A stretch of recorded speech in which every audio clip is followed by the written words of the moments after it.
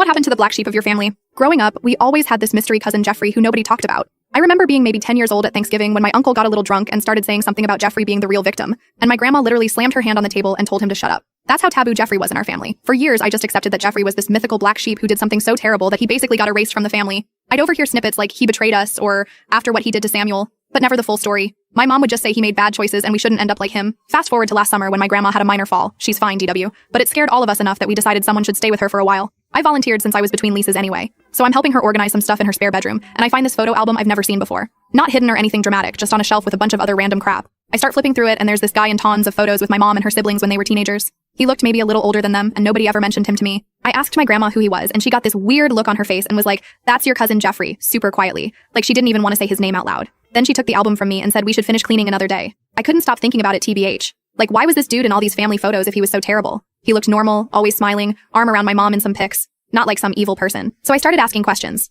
Big mistake apparently. My mom completely shut down when I asked, told me it wasn't my business, and to respect my grandma's feelings. My dad claimed he didn't know much, but I could tell he was lying. None of my aunts or uncles would talk except for my Aunt Valentina, who was always the family rebel. Valentina agreed to meet me for lunch, but made me promise not to tell anyone we talked. According to Valentina, Jeffrey wasn't actually a bad person at all. He was my mom's cousin, and he lived with my grandparents for a few years as a teenager because his parents had died. Valentina said Jeffrey was super smart and went to college on a full scholarship, which was a big deal for our family back then. The way she described him was completely different from the family villain I'd imagined. She said he was funny and kind, always standing up for her when my grandfather was being strict. She actually started crying when she talked about him, saying she missed him every day and it wasn't fair what happened. When I asked what actually happened, why he was cast out, she got all panicky and said she shouldn't have met me. She literally threw money on the table for her food and left. Just walked out mid-conversation. I tried calling her later but she didn't pick up, then texted me saying she was sorry but couldn't talk about it anymore. Obviously this made me even more curious. I did some hardcore internet stalking, and eventually found a Jeffrey who matched the right age and hometown on social media. I wasn't 100% sure it was him, but the guy had the same smile from those old photos. I debated for like 2 weeks before sending him a message. Super casual, just asking if he was related to my family. He responded the same day,